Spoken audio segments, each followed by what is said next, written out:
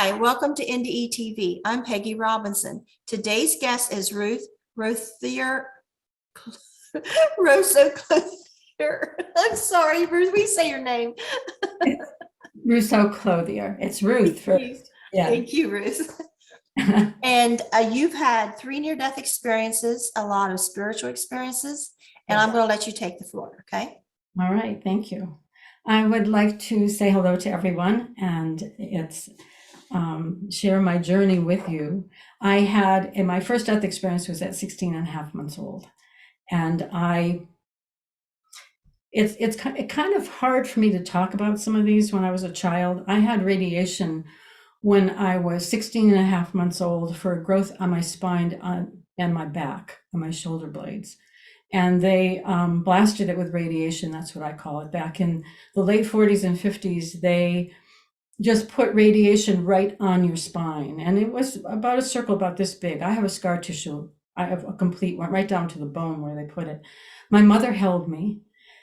And before I knew it, I was gone. And they knew there were complications. I never got the information of what exactly it was, but I know that it was.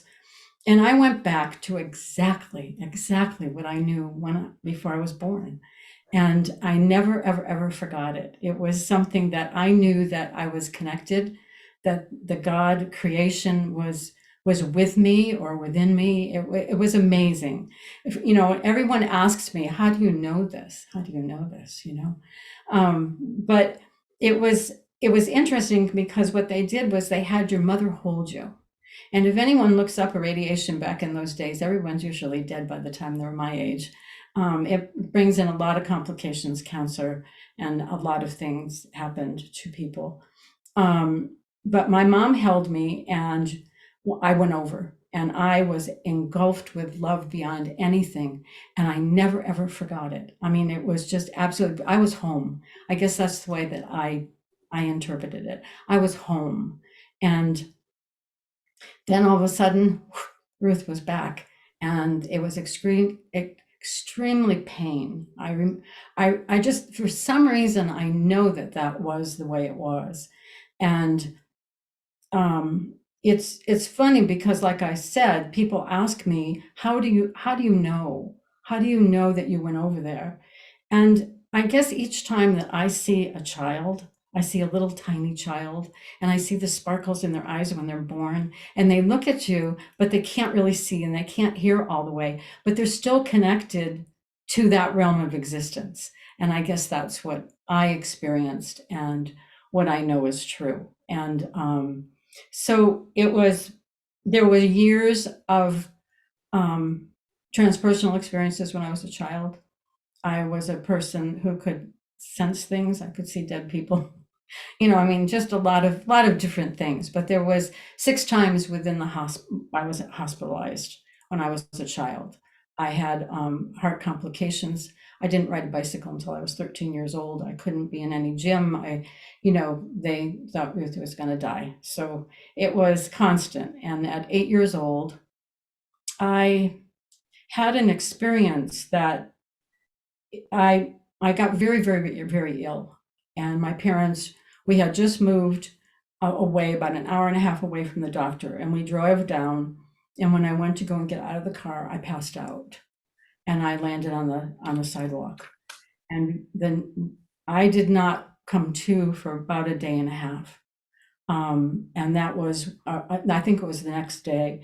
What had happened was my parents, there was a flood and a hurricane. And my parents had to go back home after they got to the hospital, got me into the hospital. I was in an oxygen tent, a mist tent. I had, like I said, allergic reaction to black mold. And I was laying in this tent, and I had IVs, and they were very concerned. My parents had to go back home because my brother was there, and they didn't really think that the hurricane would hit inland that far. So they drove back home, and before they knew it, the hurricane got very, very bad. The winds, the Connecticut River flooded, knocked out bridges, and they couldn't get across. So I was in the hospital for about 3.5 days or a little bit more without them. And the nurse came up to me the day of the flood really hit and the power was out in the hospital. And she said, Ruth, she said, your parents could not get back because there's a big storm, a big hurricane. And she said, but they will be back here soon. We'll be with you. And it was very beautiful, what she said to me. But of course, Ruth wasn't really conscious most of the time. What had happened was I would go in and out of consciousness, but mostly out of consciousness. And I guess now I really understand, because I had years I never told anyone about this story because it was frightening to me. It was something that I didn't understand what I had seen. But I went into a dark space. I went into the void. And I remember, and I hear people talking about, the void or the black or whatever, and it's horrifying. But to me, it was absolute the embrace of warmth, comfort, compassion. It was a space and time where I laid there for days in and out of consciousness. And the only thing that I could see was this tiny white light that would just come through, tiny, tiny, tiny light that would shine. And I would just lay there. And while I was laying there, I could hear the things in the hospital. There was a young boy that was playing, You Are My Sunshine, My Only Sunshine, Don't Take My Sunshine Away. Constantly had a little player, and he just kept on playing that song. And I don't know if it's because I went in and out of consciousness that I thought he'd never shut it off. But so anyway, days went on, and I was laying there, and my mother and father came in, and my dad was sitting in the chair next to me, and he grabbed a hold of my hand, and he sang that song to me.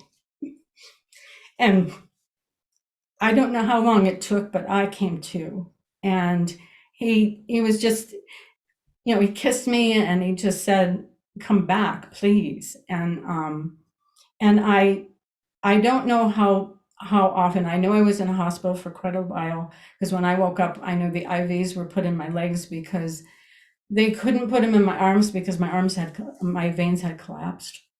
And so my legs were all bloated, and they kept me in the oxygen and the steam tent for quite a while. I was told to never go in a basement again where there was black mold.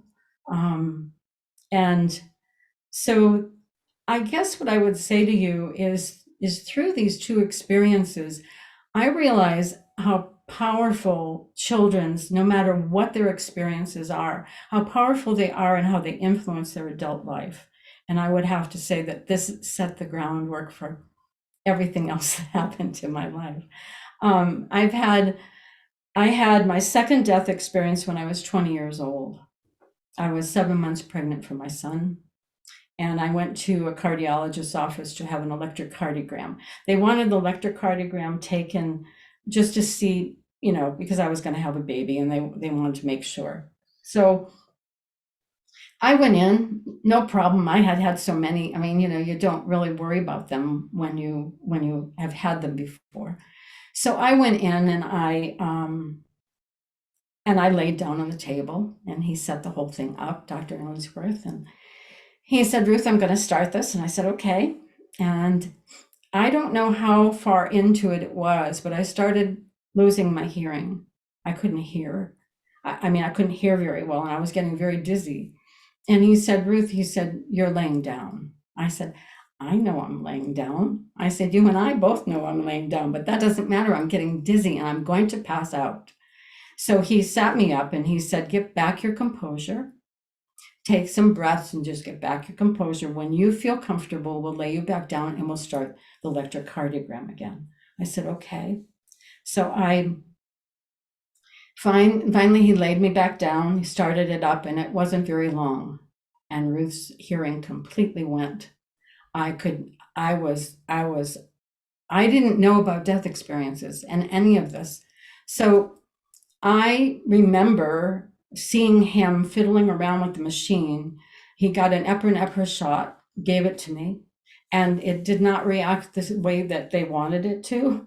And so the ambulance was called, And we were just across the street, luckily. And they came in, I could see the ambulance stretcher. And I'm talking to them. My husband's out in the waiting room, nobody's talking to me. It's as if I don't exist. And now I realize that I really wasn't alive. And so, I wasn't completely here. And so they brought me into the hospital. I don't remember that entry. I don't know how long it took for me to become conscious again. But I woke up to my gynecologist standing there next to me. And he said, Ruth, take a hold of my hands. Hold on to my hands. And he said, I'm going to pull you over to your side. I'm going to put pillows behind you. And if Abraham Lincoln comes back from the dead, do not roll over. I know what happened to you. The baby more than likely cut off your main artery. So he said, I've just listened to the fetal heartbeat. It sounds perfectly fine. I am not concerned, was his comment. I am not concerned. But he said there are 5 cardiologists in this hospital right now to have a consultation with Dr. Illingsworth and me. So I am going to explain to them my theory on this and what happened. And he said, they're going to explain their theory. And he said, I don't want to scare you, but they're very, very concerned about your heart. So he said, just relax, stay centered, and we'll see what happens. Well, let me explain to you what happened when I was over, okay? When I went over, I was holding on to my stomach. I felt as though, must have been my spirit, was holding on to my stomach, embracing my child, because I did not want to die. I didn't want to have a heart condition. I wanted everything to be fine. And I held on to him. And at the same time, I got to know him. I got to experience his energy. And at the same time as doing this, I was over. I went completely over, was encompassed with complete light, complete embrace of absolute love. I know that other people say that. I can't tell you how phenomenal it was. But I was told 2 things. And that was that I could come back and follow the fear, because there would be fear. And I could see that. And I was told, you can go back and follow the fear, and you will follow. And what I could see was a destiny of heart specialists and everybody looking at everything and all these things going on. Or I could hold absolute divine love and come back. And when the fear would come in, to say the words, just the word love. And so I did. I spent 7 days in the hospital, 5 days on IV. And when I came to in upstairs, when I was really awake, they were talking out in the waiting on the nurse's station. My parents were waiting to come and see me. And in walked a priest. And I looked at him and I said, do you think I'm going to die? And he said, he wouldn't answer me. He was blown away.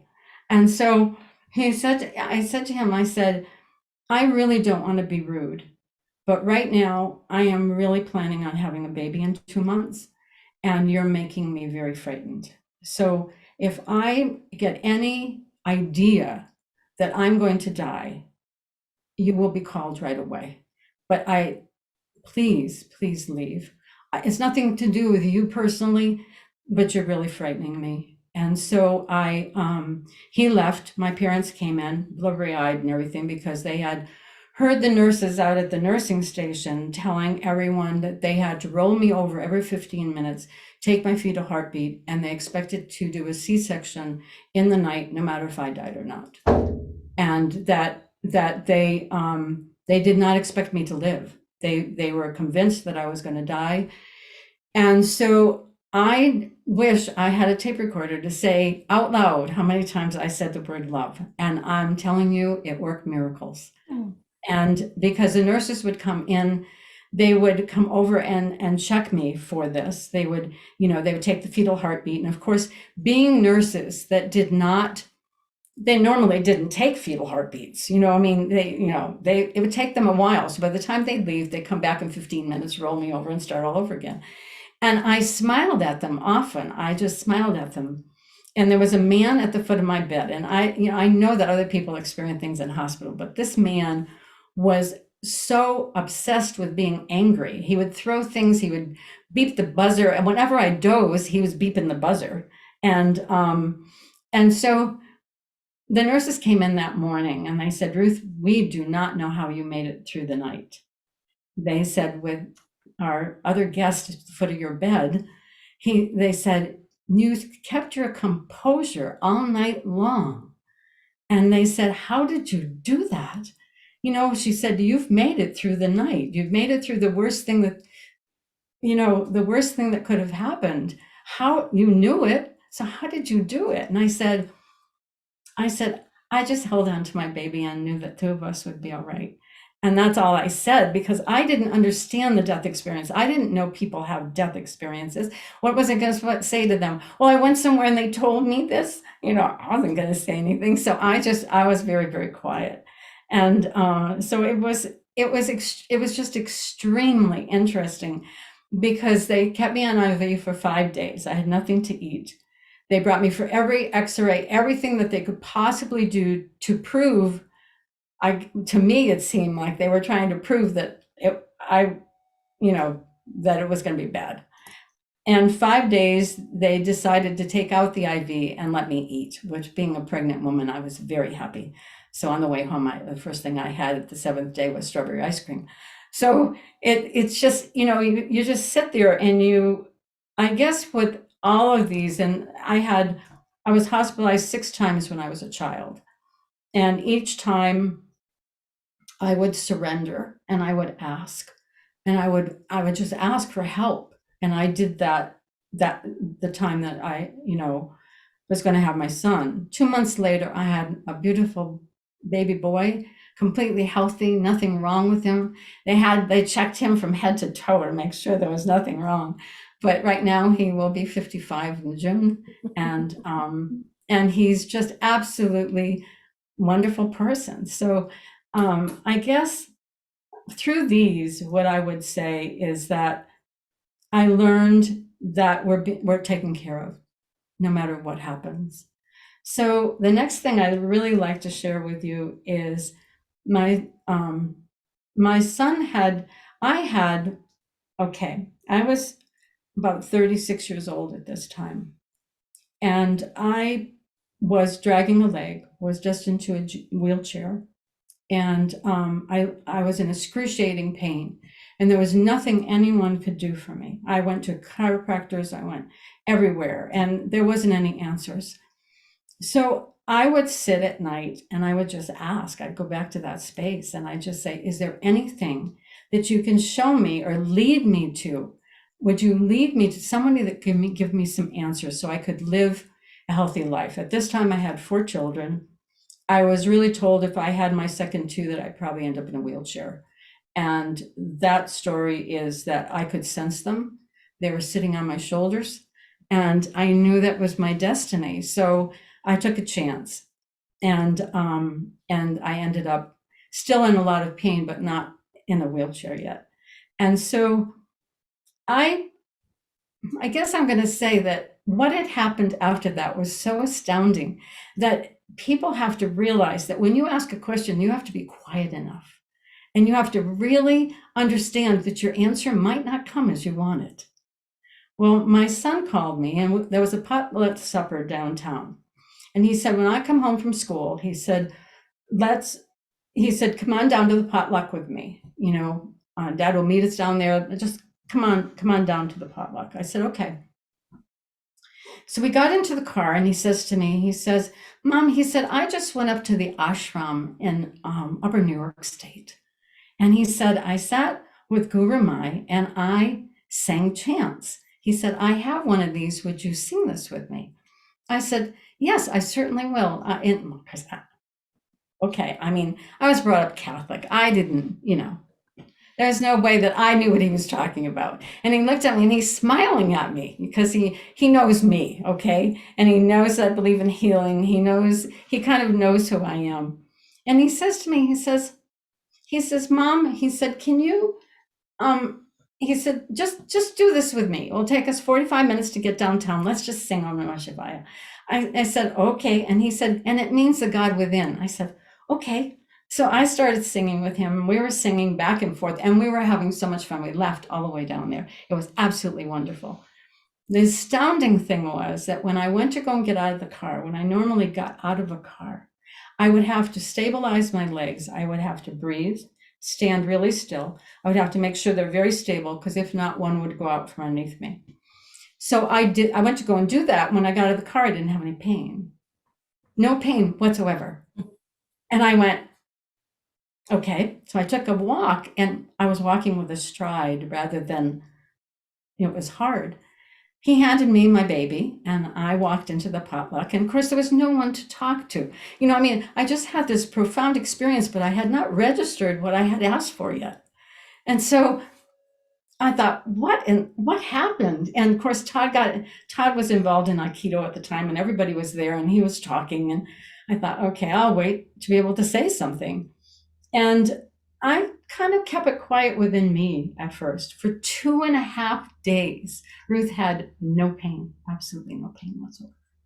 I had no pain. I could walk. And I said, okay, what just happened? And I realized that I remembered my question. So I thought, okay, this must be some kind of an answer. Am I supposed to chant Om Namah Shivaya every minute or something? I know. So for 2.5 days, I had no pain. And then I got into a conversation with someone, and my energy, you know what it's like when someone's energy, I think we all know this, your energy lowers. And all of a sudden, the pain started returning. And I went, oh no. Mm-hmm. So it really, at that time, I realized this was the answer to my prayers, to my questions, to whatever you want to say. This was my answer. And I thought, okay. I asked people, I said, have you ever heard of anyone doing sound for healing? And, to heal a body, to balance emotion, because I felt all of it. And so I said, no. So I asked again, and I asked again, no. So I started singing Om Namah Shivaya. I started singing Om. I started singing Hallelujah. I thought maybe it was just spiritual, And then I started doing different vowels and consonant sounds. And it had to have been, what I would say to you, it was inner intuition that opened up to what to do with it. And I started right after that kind of hearing spirit. So it was kind of a led journey, let's put it that way. All right. And so it sent me on a course of teaching, chanting, teaching sounds, producing music, you name it. It sent me on the journey. So I guess what I said before is make sure you listen if you ask a question. And so the next thing that I would really like to share with you is you have to understand between this and the next thing, this is another thing that I'm going to slip in there that says you have to listen. I was very much involved with sound personally. There wasn't a lot of people that even knew what I was talking about. But I gradually within time got to teach chanting classes. But what had happened was my ex-husband really wanted to move. He wanted to leave. He felt as though that where he went would really bring happiness. And I didn't want to leave. All my family, my brothers and sisters, my friends, my relatives, I did not want to leave. A whole year we had the house on the market and it did not sell. And finally he said, if you really love me, you'll go. And I said, okay. So I was taking a walk with the girls and I said, all right, are you listening to me up there? If this is what I'm supposed to do, this is for the highest and best for me and my daughters, I will go. The house sold at 8:00 in the morning, the next morning. And I went, oh my God, Ruth. My sister said to me, what in the heck have you done? I said, I didn't expect it to sell. I thought that and so I said, okay, we packed the truck and we went out to South Dakota.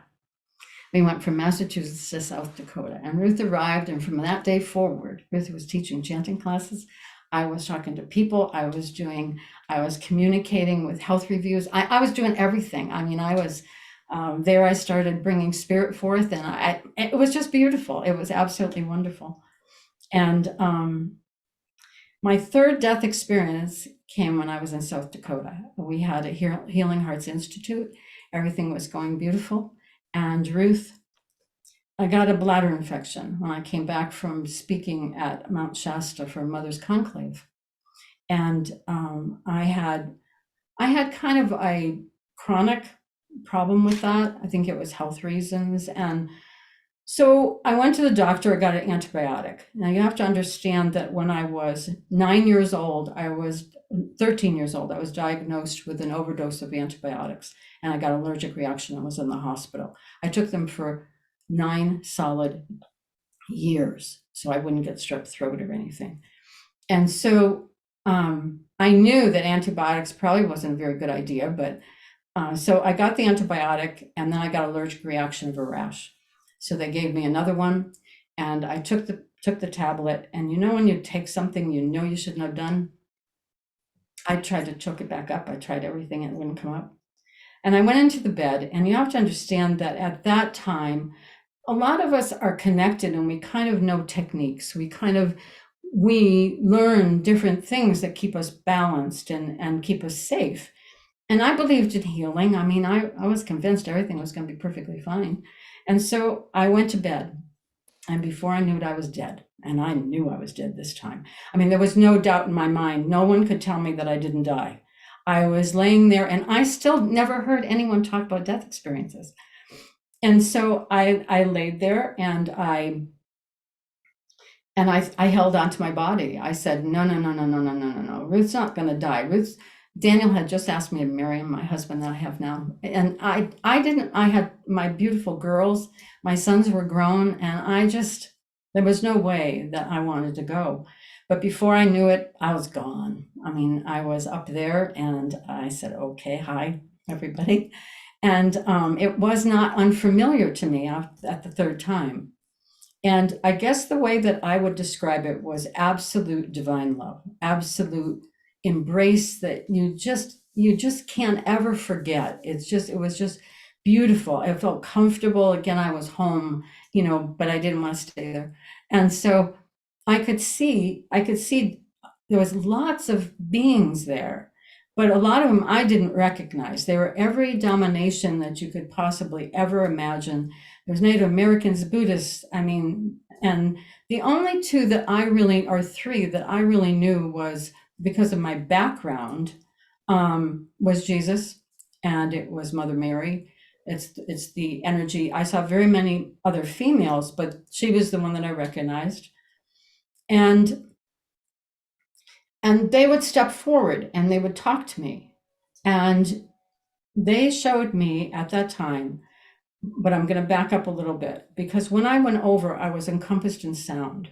You have to understand, at the Healing Hearts Institute, we did everything that we did. We started with Om and we ended with Om. Every nail that we put into the place when we were building the meditation center was done. Every hammer was done with Om, every single person that helped. So when I went over, I was encompassed with Om because it was part of who I was. It was a sound that really brought balance of mental, emotional, physical, and spiritual for Ruth. And so when I went over, when I was there, all of a sudden the sounds changed, and there were these harmonic conversion of energy that just wove in and out, and it went as far as the universe. I can't even tell you. All I knew it was expansive, and it came down into the earth, and I never ever forgot those sounds. And while this was going on, they were talking to me, and I had one other experience where I was told that we won't get into that right now, but it was I was being shown and being told what we could do in this lifetime. And it was that we could become, they said, you could do as we have done. And there will be a time on the earth where the earth will change in frequency. and that the growth that you have known before, you can regain, like what you're experiencing here, what you experienced down there. There's going to be expansive movement. And it was like a crash course study program. I mean, it just was, there. At the same exact time, over here, was like the sky had opened, like the whole universe had opened, and there was, it wasn't like a camera shot or anything. It was just like reality right there. And it had fires, it had death, it had the earth going through many earth changes. I mean, there was many things happened. To me, it was very fearful. I mean, I looked at that and I thought I don't want to ever see this again, was my feeling when I came back. And at the same time, they're explaining that this is your opportunity. Everything that you've ever wanted, every course study anyone's taken to learn about God or learn about the presence or learn about who you are, this is the lifetime that you can do that. So I came back and I said to Daniel, I said, I think I died. And of course, he wasn't even surprised. I mean, he just kind of looked at me. He said, okay, honey. And what happened in the next few days, I probably should have went to the doctors, but I didn't. Only because I didn't know what to do. Because when I came back, the group that we were with, of course, Ruth opened her mouth about 3 days later and told everyone that we were going to walk into this space of time. And, Jesus had told me. And many others, I was standing there. And that was probably Ruth moved, because everyone's looking at me and no one knew anything about death experiences. That was back in 1994. And they, people I was with, they didn't have any idea what I was talking about. And I was confused. So we were there for quite a while, another year, and then we transitioned on to Wyoming. But it was very interesting to me because when I came back, the music would not stop. I kept on hearing it. And it was these overlays of a lot was it with ha and ho. And then there was these different sounds that would go. And they were just there in my head. They were there in my heart. They were there. They were just encompassing me. And I said to Daniel, I said, I can't get these sounds out of my head. He said, well, instead of trying to get them out of your head, why don't you get them out of your mouth? Try to sing. I said, Daniel, I could never reproduce this. I don't even understand music. Let's be serious here.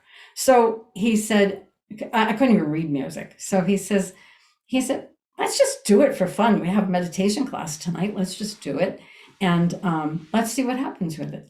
So you have to understand, we had no headphones and we had the capability of recording, but we didn't have headphones. So which means I did one track of music and then I did another track of music and we put them together. And after we brought him in to be mixed, it was exactly the music I had heard on the other side. And I've had people say to me, it's like the music that people in outer space hear, if they're up in a shuttle or something, I have no idea. I've never been up there. But when we named it Wings of Alchemy. And when it came through, put it this way, what I realized, and from others that listened to it, because Ruth was a little gun shy of saying anything anymore. So, people would tell me it's like the grid work of the earth, the crystalline energy on everything just lines up and they could feel it going into the universe. And it was very, very healing. So anyway, that was the first piece of music that we ever put through. And it was astounding to me because now we have 6 albums and, I would sing every day if I could, just putting through new music. So there's so much, I probably missed a pile of things, but there's so much that I would say to you because I went out last year with a video from Christy Salisbury and she did an interview. It was the first time I ever went out. We had a book before the one that we had now. We called it Internal Wisdom, The Keys of Internal Wisdom. And Daniel and I traveled all over, from Alaska all over the United States, and You and who? my husband, Okay. Daniel. And then I became quiet here. We got 13 alpacas given to us, and my daughters ended up spinning and dying and all this kind of stuff. And I quieted down, but I still worked with people. PMH Atwater had written me up in her big book. And so every once in a while I get a phone call from that. And they'd say, "Is this Ruth? Ruth? And I'd say, "Yes, it is." And so anyway, I would work online because I lived out here. And I stayed very, very active. And Daniel and I, 6.5 years ago, we started writing a new revised version of this. And it was all the information that was given to us for this time. And so anyway, what happened in that, and it's really interesting because December 30th, 1920, I was sitting in meditation. Forgot all about this picture. 1920. 2020. Okay, that's what you meant. That's all right. And so it was, I had forgotten all about that picture. I put it right out of my mind. If anyone could ever imagine, I just put it on a shelf because it never happened. I mean, you're talking about years later, and it never, ever happened. So I just thought it was our gradual movement of our life, the trials and tribulations of life. And, there's fires and, there's things that happen. I was sitting in meditation, and all of a sudden this window opened up again. And I went, "Oh my God." And I looked at it, and I just thought, okay. And they said, and I could hear this voice, and it said, "It's time." And I said, "Great, wonderful." Now Ruth's got to go out and say something. So and then now you're just about a year since that went out. So I found it interesting when you called me, and I thank you. It's great to meet you, and I guess I'll open it up to anything that you would like to ask. I have to ask, why do you call yourself Ruth? I call myself Ruth. I don't know.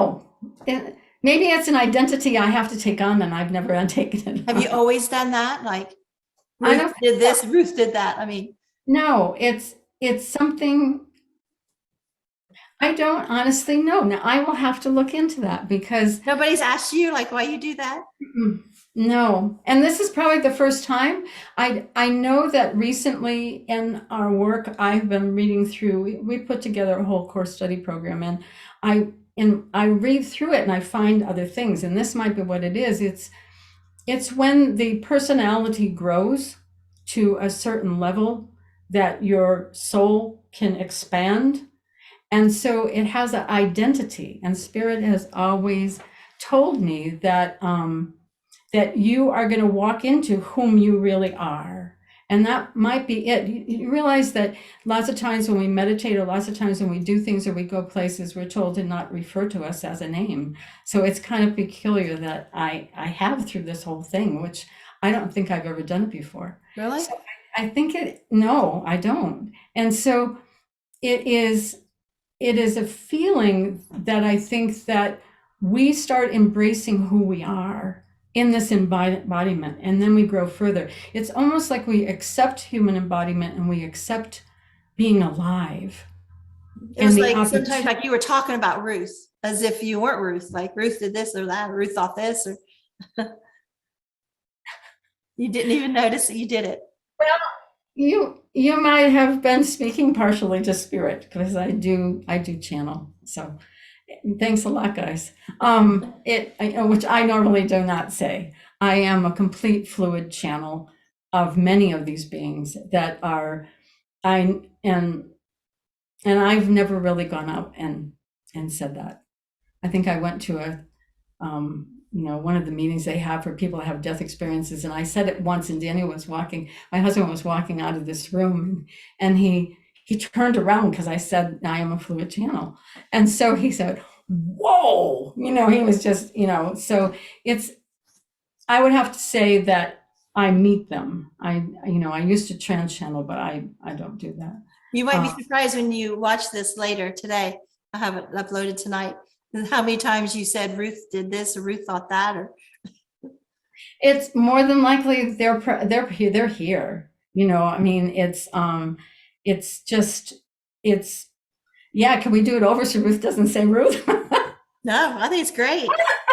I think it's great It's because you didn't realize you were doing it. You've never done it before. And so no, I never have. you were in some Knew kind they of were state. here. I said just back up. You know, it's amazing to me because all my music I have brought forth from at night. I have heard different sounds and frequencies. I use crystal bowls. I use harps. We use drums, Native American flute. Daniel plays Native American flute. We use everything that is a pentatonic, like this right here, little spinner. It's anything that is not formed a music sheet. We just do pentatonic where anything moves so that everyone can sing with it. Everyone can enjoy the music and actually use their voice if they feel like, you know, they can't sing, you know, type of thing. I did get a little confused now. Do you have two sons? There's a lot of age in between. There is, my two sons are 2.5 years apart. Okay. My 'Cause I understood you to say your son called you and said, come to this thing, and you were listening to the music. But then you said he handed me my baby. And so I got Yeah. confused. I have two little girls. I was told not to have any more children when I had my first two children. And then my girls did come to me and I knew it. I mean, they'd say, we're here. And there was nothing I went to a gynecologist's office and I asked him, I said, I'm thinking of having another child. I said, I have had a tubal reversal and I need a tubal ligation and I need it put back together again. And he said, Ruth, he said, you are 30, I think I was 34 or 33 at the time. And he said, you're too old. You've had your first two. I do not think this is advisable. Your how should I say it? Your possibilities of having one is slim. 7 years, your tubes have been cut. And he said, I don't recommend it. So I went back home and I said, okay. And then one would be on this shoulder, one would be on that shoulder. And it just was this drawing in me. I could not get away from it. And so I went back to him about a year later and I said, I realize what you say. And I said, but I said, I really don't want to hear anything more about my age. And I don't want to hear about anything. Because I had gone to a chiropractor and he said to me, Ruth, you seem upset, because he would adjust my back. And I said, and I told him about it. He was a Tibetan monk. And he said, Ruth, he said, my advice to you is if you're supposed to have another child, and if it's supposed to happen, why don't you just go and meditate and surrender and ask for the answers to come to you instead of having someone else tell you no. So I went home and I started meditating and I started asking in prayerful state. I just started asking. I said, show me the signs. So I went back to Dr. Barton's office and I said, I don't want to hear any of your negativity. I said, I want to hear possibilities. I would like to talk to a fertilitist and I need you to recommend me to one. He said, okay, so I got a better idea. He said, I will call the fertilitist. We will do a scope and I will tell you if this is possible, because more than likely your tubes are crushed. And I said, okay. So I sat there and he said they came in after the procedure.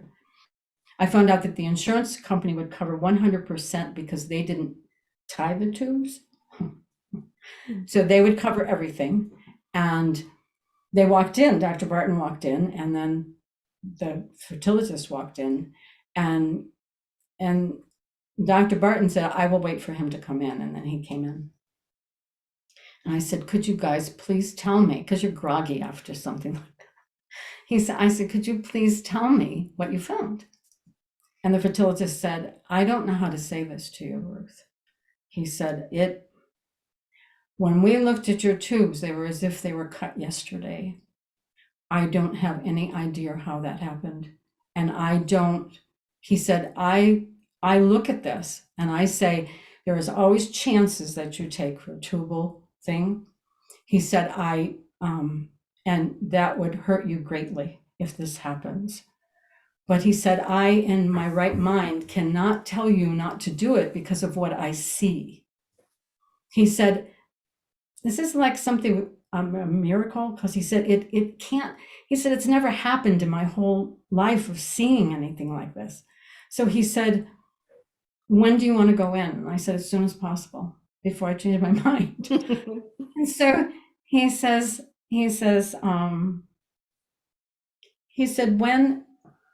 when you go in, I want you to stay in the hospital for 7 days. I do not want you up and around a lot. You can walk, you have to come back, because I don't want any scar tissue.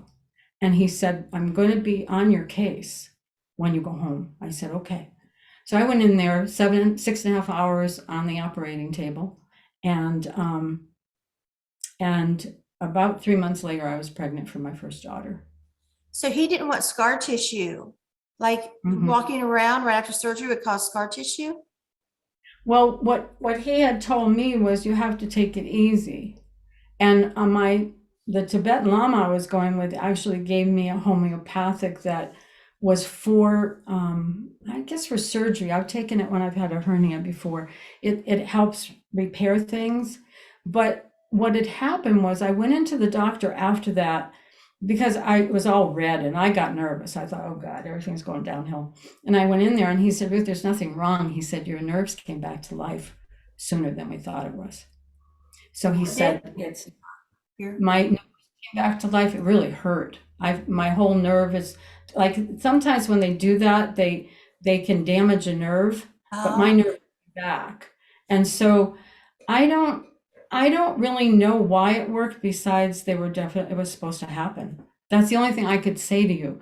Was Ruth blessed? Yes, but so you ended up with 2 daughters? I ended up with 2 daughters. They're 20 months apart. What year was this when you had your daughters? I'm curious. When you had your surgery. I had them in 1994 and 1984 and 1986. Did they tell you to wait very long after the reversal before you got pregnant?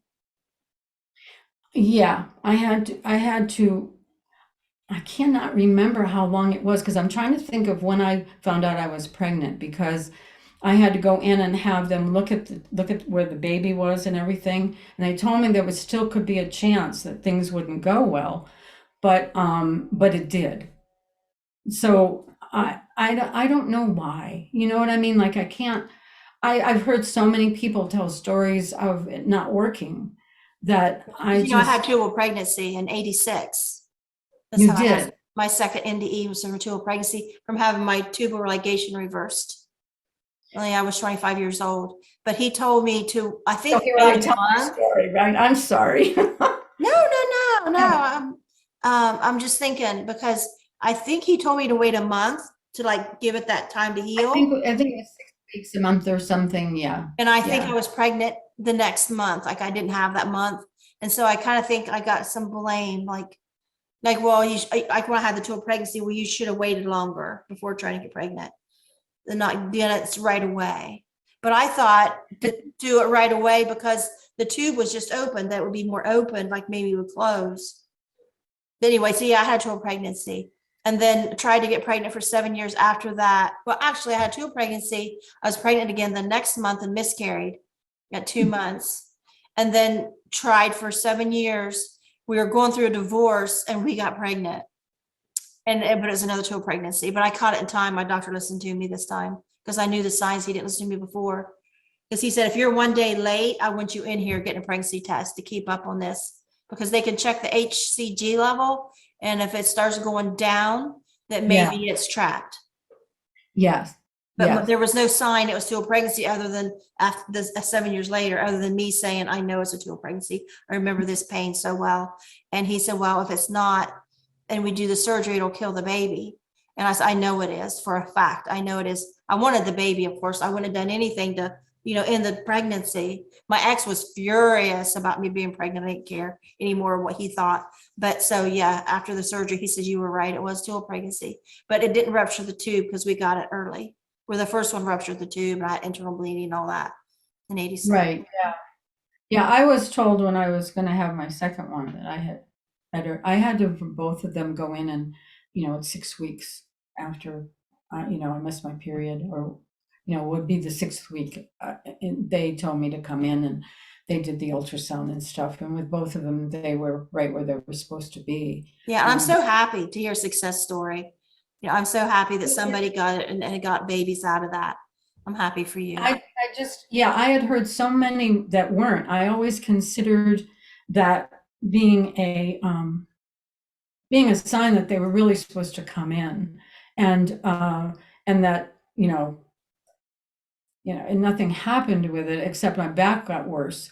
But then the sound came in, so that got fixed. But it was really, I guess what I would say to you is that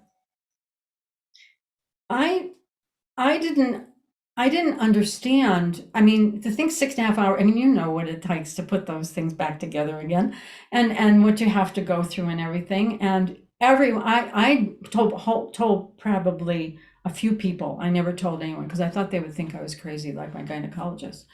And so it's the type of thing that we all have things that happen like that, but we don't realize how even special that you got to connect to that, even though it didn't work. I'm sure it brought you into I something. have babies in heaven, the way I feel about it, that I wouldn't have had if I hadn't had that surgery. Yeah. And I had a lot of miscarriages when I remarried. We got pregnant every spring for 3 years and miscarried about 2 months. Went to a fertility specialist and he said, every time you got pregnant, it was tubal and they dissolved in the tube. So I no longer had to have surgery. My body was just dissolving them for me. I mean, not for me, and it felt like against me at the time, but I didn't have to go through the, risking my life with dual pregnancy. He said they dissolved in the tube. So I just hope that I have these babies in heaven, because we did create life. Well, you do. I know that. You know that. And then we had IVF. We paid like $20,000, and I was over 40. I was like 43, and I was past the age really I should have been having IVF using my own eggs. But I wanted my own baby. I'd already adopted a bunch of kids. I wanted my own with my husband. And so we took the gamble, and I made 20 eggs, he said, which was amazing for a young woman, let alone somebody 43, and 19 fertilized. They were shocked, but they put 5 in and none survived. And they said they'd put 5 in, and I had to sign a paper because I refused to have the, I forget what it's called, selective reduction. I refuse to do that. Like if 5 grow, that's how many we're having. I'm not going to reduce to twins or triplets to save them. I will have 5 and take my chances of my life and these babies' lives. I won't do selective reduction. I won't abort. So I signed that paper, and that I won't abort. No, if they get 5, we have 5. But then when I called after I got my period, they didn't take. So I called to get scheduled for 5 more. And they said none of them in the, I want to say incubator, but that's not what it's called. Where the other fertilized eggs are, the embryos, she said none of them made it. So while those didn't take inside me, the other didn't take either in the lab. They didn't survive. So she said it's quantity, but not quality because of the age of my eggs. Basically, I waited too long. But I had to do it when I could afford it. I couldn't afford it before then. As soon as I was able to afford it, and then I was too old. But so I hope they're all in heaven. I hope we created this life. I hope that God let them continue to mature. That's what my hope is. Yeah. Well, it's I have someone that I knew that lost their child at a year and a half old. And my feeling with all of that is sometimes they're like your angels. You know what I mean? They're like your personal angels. So, so maybe you have a pile of little angels with you that are helping you with your life now. It's it's and I mean, I actually, there's some part of me that feels bad that I said anything about that, because No, no, it no. Actually, you know what? It makes me happy. Not just I'm happy that, it worked for somebody, but it makes me happy because you're the first one I've heard of that's had, because you don't hear too many women that's had tubal reversals, well, first of all, Mhm. but then to find out the outcome. But it makes me happy that you have two little girls from your tubal reversal, because that meant it was possible, because I felt so guilty in a bright white light during my NDE when I lost those twins, that I told God, I said, I caused my death. I caused my twins' death. Now I'm making my three boys at home motherless. So I had all that guilt. So now I hear that it worked for somebody. I feel like God knows that could have been a chance for me, instead of just, I killed those babies by having tubal reversal and then I got to a pregnancy. You know what I mean? Like, it was not possible to have a baby, because you show it is possible. Does that make sense? Well, yes, and I'm glad then, because it is, there's so many things within my body where I could have ended up with cancer any time, or anything from this radiation treatment that I have. And it was about 3 years ago, my daughter said to me, "You should look that up online, Mom, because it's a miracle that you're still alive." And I started reading all the comments, and I went, "Oh my God." So it gave me comfort then, like what you're saying. um, I do know that the connection on the other side with people, with whatever. I mean, I've talked to my mother after she died. I mean, there's, it's not a mystery anymore, especially right now. I think we're waking up to a lot of these things heal, and why they have. I mean, for you to go through that perseverance of doing that is amazing to me. I don't know if I could have. And when we That's adopted the first, we were, checking out kids, to adopt, and we would hear about this one's and that one. And then they called me one day, I was at work, and they said, Peggy, we have a sibling group of 5 for you.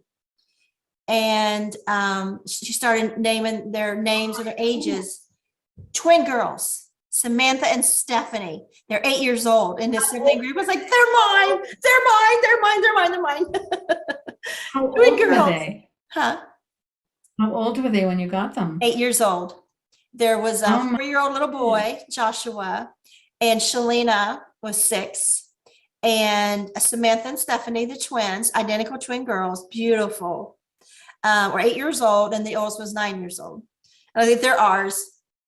And then later we adopted a sibling group of 4. They were foster kids that just hadn't become available for adoption. I was like, they're mine. And so when we went and met those 5 kids, they're all lined up in a row for us to meet them. And these twins are just standing there smiling and grinning. And then Samantha, one of the twins, all of a sudden she took off crying and ran upstairs. And so I asked the caseworker, said, I okay if I go talk to her? And I said, yeah, because they were at their grandmother's house, who was taking care of them. I'll, ask permission before I go upstairs. And I went up, and Sammy's up there crying. I said, honey, what's wrong? And then the caseworkers come up to listen. And she said, you say you want us now, but every home we've been in, they say they want us, but then later they don't. And I told her about losing my twins. Mhm. And I said, honey, I lost twins, and I'll never lose you and your sister. And oh my God, I'm bawling. And her and I just hugged and started crying. Yeah. Mhm. And I changed their middle names to Hope and Faith, Samantha Hope and Stephanie Faith. Oh, that's wonderful. See, to me, us two sharing these stories have opened up to me what could have happened with all the disasters I had through my life. And it could have happened. I mean, and perseverance. And then you had perseverance, but look at the family that you have.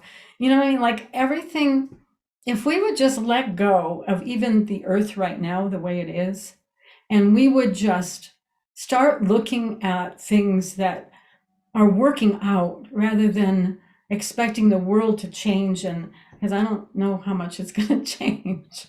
I think we have to adjust, don't you think? So it's the Made me same thing cry. as First time I cried on my show. Oh, what was You that? didn't make me cry, but I mean, I really get, emotional when I think of Well, that I think that that moment part with of this, Tammy. part of this where spirit probably helped me, and that's why the word Ruth came through. And not that they're in here, but they're all right here. Is because I told them, and I told Daniel, I said, I'm going to burst out crying if I tell any more of my stories when I was a child. I won't get any further, because it was like with you. I mean, there's one thing to do an interview, but then to bawl your eyes out is another. Because I would never, up until now, I would never discuss I told Christy about the first death experience I had, briefly told her that I knew that creation and God was within me, because she said, how do you know that? And I said, because it's always been there. I mean, doesn't anybody know that? I mean, it was like very perplexed to me growing up. Like, why are you going to a church to pray when God's right here? I mean, at a young age, I Yeah. knew that. And so you look at the way things unfold, and I would say that that's why the word Ruth came out, because I didn't know if I could make it through to even say that one. I mean, I haven't said in one of the other ones, and so it's a difficult thing, because you do. I mean, I'm practicing for the thing with this. It's some spiritual awakening, and I'm trying to condense some things down to 15 minutes, the power packers. You'll do And great. I just burst out. Give it over to God, and it'll be great. That's like when I go tell my NDE at groups. Fine, I'd say to him, I'm going to end up crying, So maybe that was my help I had, and that's why the name came out. That's all I have to say. I'm not a public crier either. I was just saying now, the lady I interviewed today, I said, I don't cry in public. I'm even in front of my kids. I don't cry. Like, but we do, and it's because it's sincere. It's you've had a healing today. I've had a healing today with you sharing that to me, because I believe that everything, if we allow things to work out in some way, we're all going to have tragedies. We're all going to, I mean, people don't like what's going on right now. The corona's coming back through, now you have to get more shots. You look at that and you say, okay, people are in worry. They're afraid. They don't, they're confused. And like what we just talked about is something that happened. A lot of things that happened to me as a child could have destroyed me completely. Absolutely. And if I ever listened, I go to the doctors, I don't tell them about my radiation treatment, and I don't tell them that I have a heart murmur. They'll say to me, Ruth, you have a murmur. I said, I'm nervous today. I don't like being here. But my heart is healed. The scar tissue in my lungs have gone to I don't know if there's some of it still there, but I've seen so many things that can happen, that the body can regenerate, or you can find your children and the beautiful family and the beautiful home that you've given them. Do you have grandchildren? oh, yes. Yeah. So Yes. how many grandchildren do you have? I don't know. I mean, because like my oldest son, has kids, and now he's got a girlfriend. They have 2 kids. And so now they have, like, he had 2, 4, 5, and then hers, that would make 7. And so then my other son, Jeremy, these are my biological sons, but they have 4. They adopted 2, and then they had 2 biological. But the adopted kids, when I get adding them up, it's hard, because 3 of the 9 adopted, because I had 2 sibling groups, we unadopted 3 of the girls. They were running off. They were telling lies about us. We adopted older kids, And so the kids come from really bad parental supervision, if you want to call it that. And so 3 of them wanted unadopted, and so we allowed them to be unadopted. And so hope that they would be happier. They weren't. Things got worse for them. Mm-hmm. Grass was green on the other side. Well, it wasn't. And so and then when older adopted kids, often when they turn 18, they go back to biological parents, and they give them a try. Oh, okay. They have that unhealed in them. They got to fix, like me, I'm still trying to fix my mother. We think we got to fix them. And so some of them got into drugs and, so, and so we're only in contact with 2 of our 9 adopted kids now. It's dwindled down to where we're only in contact with the youngest of each sibling group. So, so I don't name, I'll count them up because some of them we don't even see. 3 of them was unadopted. So I really can't count those as, our, if they're not going to be part of our lives, you know what I mean? So it's a hard question when somebody says how many grandchildren you have. I'm like, I don't know. Because this depends on if that child considers you their parent and they let you see these children or your grandchildren. So it's a complicated question. It shouldn't be for most people. Did you have any questions for me? I'm sorry. When I think that was it. You explained yourself pretty well. You go a lot of detail. That's the main question I had is I kind of stuck on that. It's like, why does she keep calling herself Ruth? When did I start that? Did I start that in the beginning? All through it. Mm-hmm. Wow. Yeah. Let's see. I guess I would have turned into a puddle. Yeah, I had some notes here about when you did it in case you asked me that, and but I can't read my notes; they're so scribbled. But you'll catch yourself when you watch this tonight. Oh, no, you apparently was channeling yourself or something. I know that I was, and I would say this for other people. A lot of people get a script and they almost read a script of what it is. And Daniel said, well, why don't you, and I have all kinds of papers here. I wrote it all down. And I'm sure you didn't write it down as Ruth did this and Ruth did that. No, no. So no. And I didn't read it. I don't even know if I missed anything, to tell you the truth. I suppose if somebody else wrote those notes for you, that Ruth did this and Ruth did that, but you wasn't even reading it. And you wrote it yourself. Well, what happened, what's really interesting about this, if you maybe understand it with me, is that the people that are with me, of course, they know who Ruth is. And they know that our whole entire book, every single page on that book is channeled. It was dictated to Daniel and he typed it out, and I never changed one word because I felt as though that if I changed it, it would lose its content in my interpretation. And when people have, we tell people, well, what do you feel when you read it? And people say to me, it's like they're in the room. It's like you're reading with them talking to you.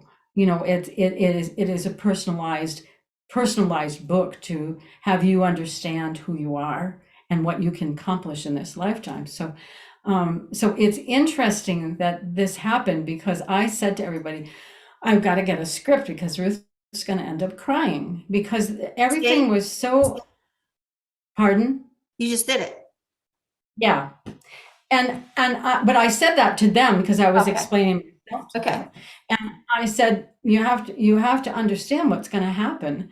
And they said, Ruth, if you do a script and you straighten it out to what would be acceptable, what people would want to hear, they said it loses who you are. It loses the realness, the truth of the things. So don't do that. And so I told Spirit, I said, if I do this, I'm going to end up crying, and. Well, then cry. So what? Sky's not going to fall. So would you have time to listen to one other thing? When I was a young child, I had an ear infection, and I think I was 13 years old. I didn't ride a bicycle until I was 13. I was completely, I couldn't take gym. I couldn't do anything because everybody thought I was going to die. So anyway, I was in the playground at school, outside. Everybody was playing basketball, throwing basketballs, and we were laughing, and I was talking to some people.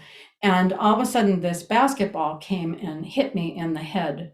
And at that point, I guess there was an infection in my ear, and it brought it to a head. And they waited about 6 weeks, and they kept on looking at it, and it's going to pop, take antibiotics and whatever. And so it didn't, and they had to lance it. And they lanced it, and I had to, I got put on painkillers and everything because it was so excruciating. And I had to lay on my side, I had a high temp. And the shortness to this story is that neighbors would come over because my mother had another child, and she had my sister, and so there was a toddler running around, and so the neighbors would come and sit with me, and one day my parents were outside. It had been a few days since it had happened, but I was still in extreme amount of pain, and the pills had been taken away, and the ear hurt so bad, and I just kept on saying the things I used to say, and every other time there was a crisis, I would say, please help me, and I would just lay there just asking for help. And all of a sudden it was like, only way I could explain it is that someone took and snapped its finger and all the pain was gone. It just went away. It was just gone. And I sat up in bed and I burst out laughing. I was in hysterics. Like, you know when you have a belly laugh and you just laugh your head off? Well, my parents were outside and they heard me and they came running in the room. They said, Ruthie, are you all right? Are you all right? And they kept on asking me. And I said, I had to shake my head, yes. And I was smiling, but I was laughing my head off. I couldn't stop laughing. And they said, and they started holding me and they were concerned. They were ready to bring me to a doctor, I think. And finally they said, what happened? Why? And the tears were streaming down my face. And so they said, come on, talk to us, please. So I did. And I said, my ear hurt so bad. And then all of a sudden it was like gone. And I said, I have no pain. Don't you understand how happy I am? I don't have any pain. And they never did get it. So again, I learned, shut up, Ruth. And see, I said it again, but it's true. Just shut up. Don't say anything. It's just be quiet. And I don't know how many other people feel that way.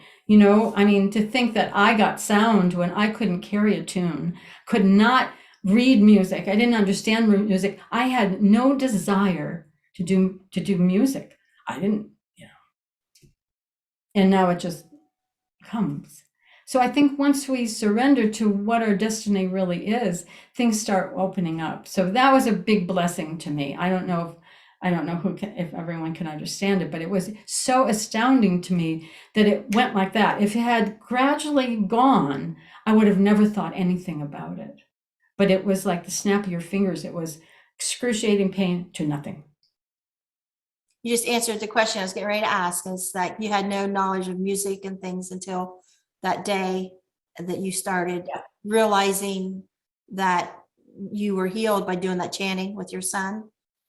Yes, at that point, all I did was I taught more or less toning, more or less consonant vowel sounds. I would sing Om. I always sang Om. It just was always part of me. And do other chanting that kind of went with the group that I was with, if it was more Eastern, if it was more, Hallelujah or whatever, it didn't really matter. And it kind of goes along with, like, you were told to say the word love and you'd be healed or something. Love, I have never stopped. Matter of fact, we write it in our book to repeat the word love constantly and see what happens. And what I would see when I would do that way on before I even knew anything, what it was, it would, the people would relax. If they were in tuned, they would relax. It was almost like your energy field would go out and not a trying to do it, not trying to have something happen. It would just be. It would just be. That's what I have to say. It's so powerful, just that one word. And I asked Spirit one time. We were sitting with other people. Everybody wanted to know who their angel was and who their guides were, back in the 80s. That's what you wanted to know, and I was sitting around, everybody got who they were, and they breathed into it or or I said something, or look at this and see, and just everybody was so happy, and they left. And I said, I don't have one. Could you please tell me, if I take a pen, because I started with automatic handwriting, I said, if I have one, please tell me, have it come forward and give it to me. Now, of course, at this time, I'm talking to spirit. I mean, it's kind of a stupid question. So I said, oh, what's going on here, please? And I said, come on, help give me it. And I wrote in capital letters, LOVE. And I went, that's not funny. I said, come on. And they said, when you understand what that one word means, you will understand what we're saying, and you will understand life. And then later, when we were writing, I said, come on, what's this thing? Because everyone said, Ruth, you haven't put your story about love in.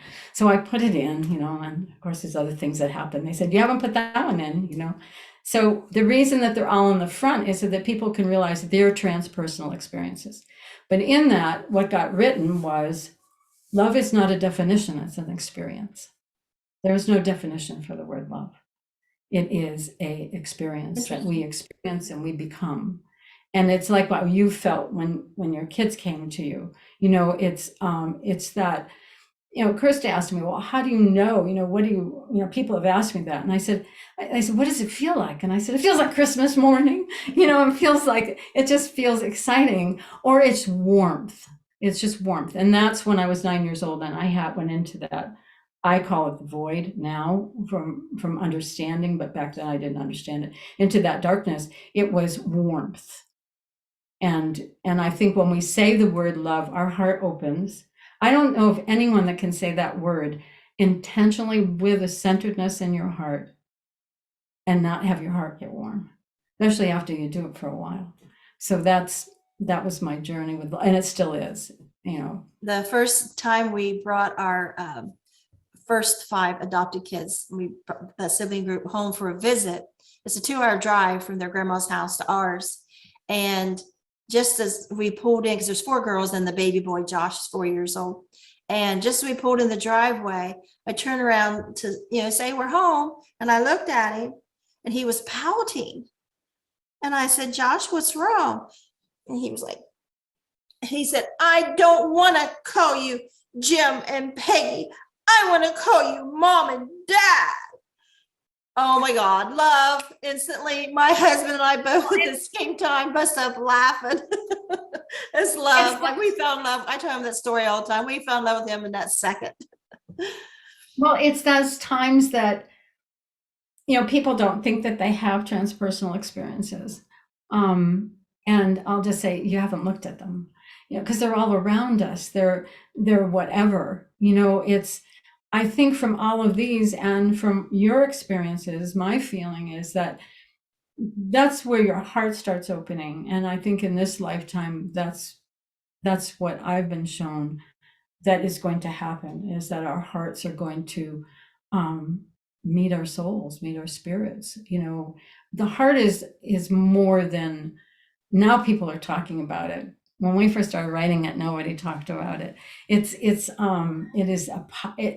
another brain. It's a wisdom, and that's what you feel when. My feeling is that, and it's my feeling. And I'm so hopeful. This is totally off topic, and I probably shouldn't bring it up, but I am. I'm so happy about the possible end of abortion, because I'm thinking of all the happy moments of adoption, like I just described too with Sammy and with Josh, those happy moments that are healing for parents that have lost children, that can't conceive. I mean, even all the homosexual couples out there, the children that will be available for adoption is just going to open the floodgates for all these love moments for these children that would not have been born. And everybody wants to talk about the near-death experience, you died and come back. I said, what about these people that are coming into this earth plane? They're coming here. And my 5-year-old drowning, I was told children are sent here to be loved. That is why God sends them here. And I'm like, I'm imagining all these happy adoption moments like I had. You just brought a I have a little tiny little bug. You just brought something that I wanted to say, and I was going to say when I talked about my first one and the realizations that came through, and it's kind of what you're saying. It is, and I might have said something a little bit about it, but it's that sparkle that children have. It's that they are connected when they come in.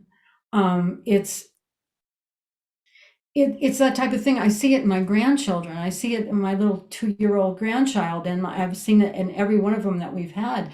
That even bouncing inflated balloon, it's like, it's just this sparkly eyes. But when Elizabeth was born, that was my first daughter that was born. She I had natural childbirth with her. I didn't with my first 2 children, and she didn't cry. And they picked her up and they put her on my chest because they knew that her breathing was perfect and everything. And this infant picked her head up and held her head like this and looked right in my eyes. And I went, oh my God, we're in for trouble. I mean, we're in for a big ride here. And it was really funny because children know, they know so much if we would allow, like what you're saying, what you found, what I found, even in disaster, they know so much. And one of the things I'd like to say is my girls used to sit on these stools, and I did homeschooling, and I started very early with them. And, the little one would take crayons and, scribble. And my other daughter would try to put things on paper in order and all this stuff. And all of a sudden she looks up at me, and I'm on the other side of the counter. And she said, Mom. And I said, what? And she said, that lady's here. I said, what lady? And I'm looking all around. I turn around, I'm looking. She said, that lady. She's here a lot, Mom. That lady's here. She's right next to you. I said, what lady? She said, come. She grabs a hold of my hand and she pulls me in the bedroom. And I had a picture of Mother Mary. And she said, that lady, she's here all the time. So they can see things, you know what I mean? They, if we would allow them to really understand things, you know what I mean? Because this is an innocent child, young, that had no programming. I wasn't even going to church. She never got exposure to Mother Mary or to Jesus. So she never had any idea. And so I guess what I would say is that children have instincts, like they said, mom and dad. I remember the first time my girls called Daniel Dad, and it was very, very, very breathtaking and beautiful, And Josh had just turned 4, and he said that. I mean, he knew he wanted us to be his mom and dad. And he's probably known you before. We put such limitations on so many things, it's, and so many miracles or so many expansive experiences that happen. They happen all the time. It could be a butterfly. It could be, And my husband and I, we went to Vegas to get married because we both had the teenage kids and, the second marriage whole thing. And I'm like, let's just, I heard that song, Faith Hill, hey, baby, let's go to Vegas. Let's go to Vegas, get married. So we did that. So we got there and we're walking around, seeing all the places. And he's okay, let's go get married now. And I was scared. I was so scared to go. And it was like my idea. And now we're there. And I'm like, I had cold feet. I'm scared. I want to get married, but I'm just. And so what I did as I got thinking, the reason, and he knew the reason that we need to get married, I wanted to marry him anyway, but to tithe and not do it legal, is you have to be married to adopt, or should be. And so we had to get married before we could adopt children. And so I set my mind like, okay, there's children out there that would need us to adopt them. And we need to do this in order to adopt. And I just started picturing these children that they were out there somewhere that we were meant to adopt. And we got married November 7th of 97. And our son Joshua was born in November of 94. And so, he was already removed from his mother at that point and already available for adoption. We didn't know. And so it just felt like, and then like I say, with the twins, And it just felt like, everything was just meant to be. Like, if I hadn't lost my twins in that dual pregnancy, would I just jumped at the chance when I heard twins in the sibling group to go with this group of kids versus others?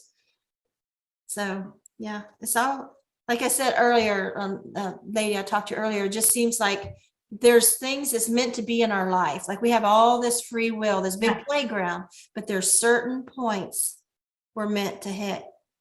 And we can miss them. Yeah. That's the thing that I would say, that with the sound, I could have just thought, oh, I was feeling good that day. I mean, even though it was cold and no pain, but, or I could have thought, well, I can't sing. I mean, I can't even carry a note. I know nothing about music. This is stupid, and, I don't do chants. I mean, that type of thing. But I never, I would slow down every once in a while, but then it was this feeling in me. And if we would listen to those, it's like with having the girls, and maybe your thing led you to the adoptions. And if we didn't follow through with, I'm going to say this because people have to realize opportunities that come, right? I had just, I said, okay, I don't really know we're online. I mean, I live in northern New Mexico, up against the mountain, away from everybody, that type of thing. So I'm sitting here going, okay, guys, over there, what am I going to do? And I got the notice from you, and my whole heart went, boom, and I went, whoa, okay. It's you doing this. It's so beautiful, and the space that you allow where I could be me, even though Ruth was hanging Ruth. I didn't expect that to happen. I'm gonna have to talk to them. For a reason. Well, it is, because it lets people know that we have energies. You can call them angels, you can call them masters, whatever you want to call them, saints around you all the time. I had gone up to see Guru Mai one time, but of course I had the two little girls, and I couldn't go into the thing that my ex-husband and my son went into. And I was just walking around with the stroller, and I spent 2 days walking around and whatever. And I could hear it from a distance. And I went into the gift shop, and the woman said to me, she said, would you like to go through those two doors and look at I forget what they call it. I don't know what the words they used, but it was all statues back there and candles. It was just gorgeous. And she said, would you like to walk in there? And I said, yeah. And she said, well, it's like a maze. She said, just walk around, the way it goes, and you'll see all these statues. I walked through the door, and everyone's always asked me, well, what was it like when you had your death experience? It was exactly like my death experience. All the statues were white. And I walked in there with all these saints and angels and wings and Buddhas, and I'm sitting there going, whoa. And when recently I said to Daniel, I've got to try to get a hold of them and see if they have a postcard of that, because it was exactly what I saw. You know what I mean? And I walked through, and the girls were mesmerized. I mean, you have to understand, Patricia was walking age, so Elizabeth was a toddler, and they stayed in this double stroller, and they never asked to get out. They just looked around and looked, so do you understand what I mean? Yeah. That was given Lights to back me. here on this door remind me of the panel of people in my near-death experience when I lost the twins. Yeah. See, that's what it is. It's everyone has a different experience, and the baby one, the only thing I can remember is absolute divine love. Being embraced, feeling like I was home. Oh no, I have to go back. The feeling when I came back, like, oh God. So I guess that those little things, and that's why I'm saying that's a little tiny thing that could have just been passed off. When I walked through those doors, and maybe the people had intuition, because they said, you really need to go back there. And I walked back there and I went, oh my God. I'm just standing there saying, I'll spend the next 2 days in here. I used to come back a couple times, go back there again. It was so beautiful, those are the little things. And sometimes we're not grateful for them. But do you feel as though that the obstacles in your life, if you go through that obstacle, that you come out on the other side better, or am I the only nut? Oh, yeah, sure. Yeah. And, and I used to always say, I can always find the good in anything that happens. There'll be good in this. I can see the good later. But when we had a tragedy happen in Michigan in 2000, and I said, God, I'll never see the good in this. I'll never see why this happened. And, I ended up writing my memoir. I still didn't see the good. The way I do. Go ahead, I'm sorry. And I still didn't see the good. Only in the last couple of years have I been getting the aha moments of that had to happen to put me right here where I am, treating people the way I want to treat them. Not the way I always treat them, the way I want to treat them, at least I know, to treat people fairly and not to assume things and not be so judgmental. And being fair to people and all those things. We can learn the worst of tragedies. There can be a huge learning in them. Well, I think there are, if we give ourselves the availability to see what they are. Some people, and I know I can't say that I wasn't resentful at times in my life. Can you? I mean, Sure. I'm not saying that I didn't pout or I didn't get angry or frustrated, but when I would get over that, there was those aha moments, those, and so I've always thought, okay, this is a real tough time, especially right now on this earth. What is it going to show us now? One thing I've recently learned, if you have a grudge against somebody and it's in the past and you can't get over it, when you see them again, circumstances where something you see them again, make sure that is a positive, loving experience. So you have that memory now instead of what you had in the past. I agree with you. And by you standing and turn their nose and go the other way, you are missing an opportunity to heal yourself. It just happened last week again with somebody that was in my past, and it was horrible what they were involved in against me. And I saw them. I said, "Oh, hi, how are you? And how's your wife?" And then I seen them again the next day, and I thought, is this a coincidence? I see in the exact same spot, almost exact same time the next day. And I was like, hi. And so now I have a new memory instead of that old one of awful stuff that went on in the past. I have this new, well, the last I seen, we were good. Everything's good between us. You can let go, and I think that's to me, that's an aha moment. When you can let go of something, I can't guarantee that the other person would, but they have to at least have something that happens. See them in a new light, see them in the future or in the present now. Instead of see them in the past, you can see them in the present and everything's okay. They're no longer a threat. Because I think that's what all these bad memories are threats. They're threats that we got to be safer now. We got to be on our toes. We got to be on to watch out for this and this and this. But then if we can create a new one. So I don't know. But, and my angel here, I bought this years ago. It was on clearance. And I put this here and I thought, I didn't think of it at the time, but I thought later, the angel I heard and then later saw in my 5-year-old drowning. It's like, I've got my panel of people for my second NDE. I got my angel for my first degree. And then church, right after my 5-year-old drowning, I had a spiritual experience in church. And it was a similar, it's just old fashioned country church. And so today I started realizing what I have here. And so I thought, well, I need a flower because there's a spiritual experience I had after my journey with the flower. And I thought I need one single flower. And this is actually, my brother-in-law made it. He welded it and made flowers. And so he made that. So, and I got my Bible and I got books people have sent to me that have been gas.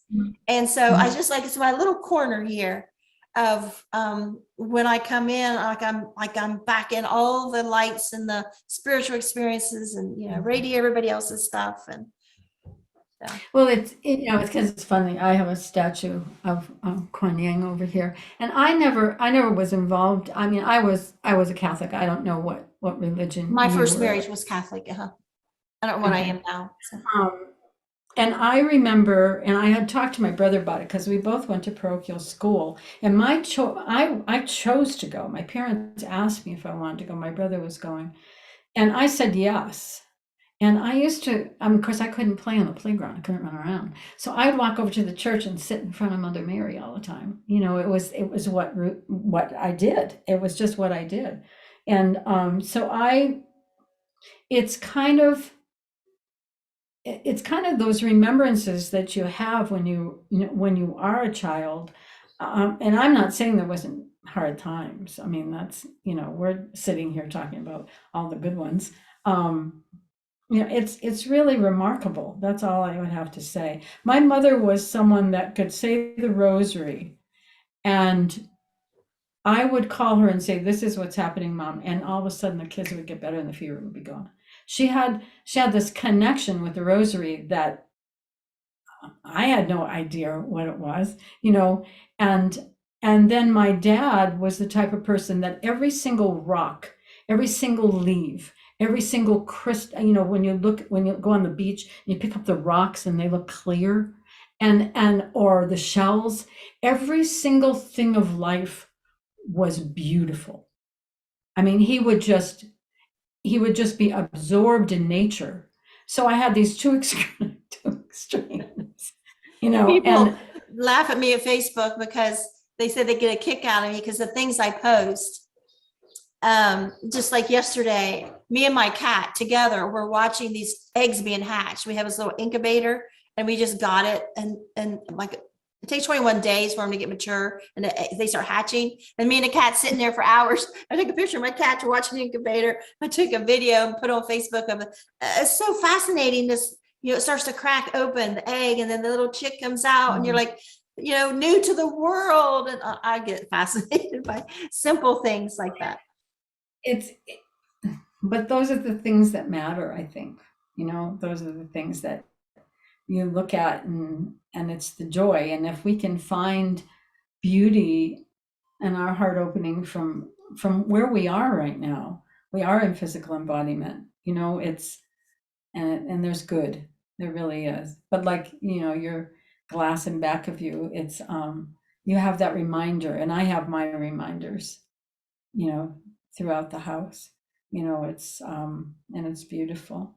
I just, And you I do look music. I mean, I've said so many times on here, if I get in a bad mood, or even I'm not in a bad mood, doing stuff I don't really want to do or whatever, I just love the Christian pop music. I just absolutely love it. And the first time I heard it years ago, it used to be that all kind of old fashioned, which I like it, the old fashioned Christian music too. But I just happened to be flipping around the radio. I was cleaning one day and I found this station, and I just started rejoicing. And I have found over time that my husband knows I get in a bad mood, you turn Christian music on. And it's just like, it's instant. I mean, for some people that do drugs, I suppose that's what it's like for them. I don't know, but because it's so instant, like turn it on, yes. woohoo. Yeah, you just get happy. We had a very close friend of us that sent us a video the other day, and just put on it. I just thought you'd really appreciate this, and it was Alleluia. It was a different version of Alleluia, and Daniel and I had tears. My husband and I, we had tears coming down our face. Was it Pentecost or something? I'm trying to think of the name of that one group. There's one group. I never say it right. I don't want to say Pentecost, and that's not right. But they do Hallelujah. Song's really good. But anyway. It's beautiful. It's, we sent a message back and we said thank you. But my husband has had a death experience, so it was two people living together that have death experiences, that have different things, our lives that we've observed differently. It's just very, very interesting. So it's Yeah, my Yeah. husband is supportive of mine, whether he actually understands it. I think sometimes he really don't, but other times I'm like, he'll say something like, "You've really been listening, haven't you?" He's, "Yeah, I have." Like he's like, he can connect dots for me too of things that, like, if I didn't, yeah, you're right on with that, like you are paying. He's really smart too. I don't think that you really have to have death experiences. I really don't. I think that the transpersonal experiences, everyone can have depth. It might not be the same, but it's, I think I've learned a lot from my transpersonal experiences, my spiritual transpersonal experiences, probably more because they have me understand what happened. You know what I mean? Yeah, so many people wanting to be a guest, they'll say, "No, I didn't have an NDE. I'm sorry. I don't know if I should be on. I've only just had just a spiritual experience." Like, these are heaven experiences. You experience the realm. That's what we're talking about. It's not one better than the other or one kind better than the other. Mm-hmm. Because if you want to call it heaven, if you want to call it whatever anyone wants to call it, it's here. We're not separate. And I guess that's what I used to see in children's eyes. That reality and this reality is not separate in their eyes. And I said before, like, everybody wants to see heaven. They listen to these stories because they want to see heaven. They want to see Jesus. They want to know what it's like. My NDE and your NDE, we're not going to have that NDE again. And nobody's going to have that NDE that was special for us at that time. But the thing is we can have heaven here on earth. To me, there's nothing more close to an angel than a newborn child. Yes, and I agree with you. And I think that Jesus is in so many people's lives and they don't even recognize him. They don't even, he comes a lot to people who are not looking. Yeah, you want to see the face of Jesus, you want to touch heaven, help an elderly person, help a child, look in the face of a newborn. I mean, it's all around us. Yeah. A sick person that needs a helping hand. I mean, there is that love. It's all love. And even all the NDEers, even the atheists and the new agers, it's all about the love. Really? Because it's all about the love for the unborn. It's all about love for the old person over here that's everybody ignoring, or the people you're pushing out of your program because they don't fit your political agenda. If it's all about the love, then let's have it for everybody and not just some. I'm very passionate about that because I grew up unloved child. I was unwanted. My mom didn't want to have me. She wanted to have an abortion. My dad wouldn't let her. And then I grew up unloved in my family and abused. And then I married a man that didn't love me because I was pregnant. And then his family didn't think I should be. It was just all this unlove. And so I believe that God gave me the life he gave me so I would be a voice for the unloved. That's who I think I am. I think I am a voice for the unloved, to constantly remind people, don't leave these people out. Don't tell these children they can't be born. Don't, treat people like that. Like I even like right now, I have the Christians saying, don't let the new agers on. And the new agers don't like, all the people talking about God and Jesus and stuff. And I'm like, come on, y'all, this is all one here. This is all about the same heaven, the same. God loves us all the same. He loves Trump just as much as he does Biden. But it's interesting. It's really interesting that you just said that, because I'm going to share one thing that I've never shared, anywhere with people. And that is that after I had my second death experience, and my boys were, I don't know, they were 7 and 3, they weren't older, and I had this experience. I went to this conference, and one of the men that were there I had seen often, and he said, if you and Paul would come to, he was a minister, and he said, if you would come to my service, I'll go to the church with you. And I said, okay. Okay. And I was sitting there in the chair, and I didn't realize what they do. I had no idea. And he said, now we would like anyone that would like to walk forward for Jesus Christ.